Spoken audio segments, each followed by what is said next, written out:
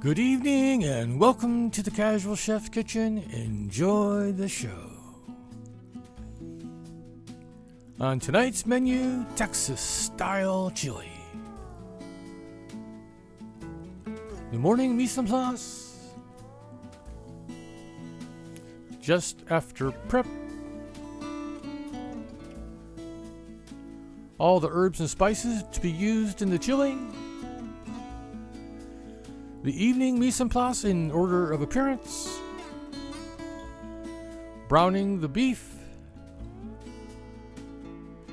We add the onions to saute. We add the spice blend, bell pepper, jalapeno, and garlic. Then we add all the tomato products, get it stirred in. Bring it to a simmer and it's going to simmer between an hour and a half. The chili just after the simmer. And here's the final presentation. Thank you for joining me here at the Casual Chef's Kitchen. I hope you enjoyed the show. Have fun cooking.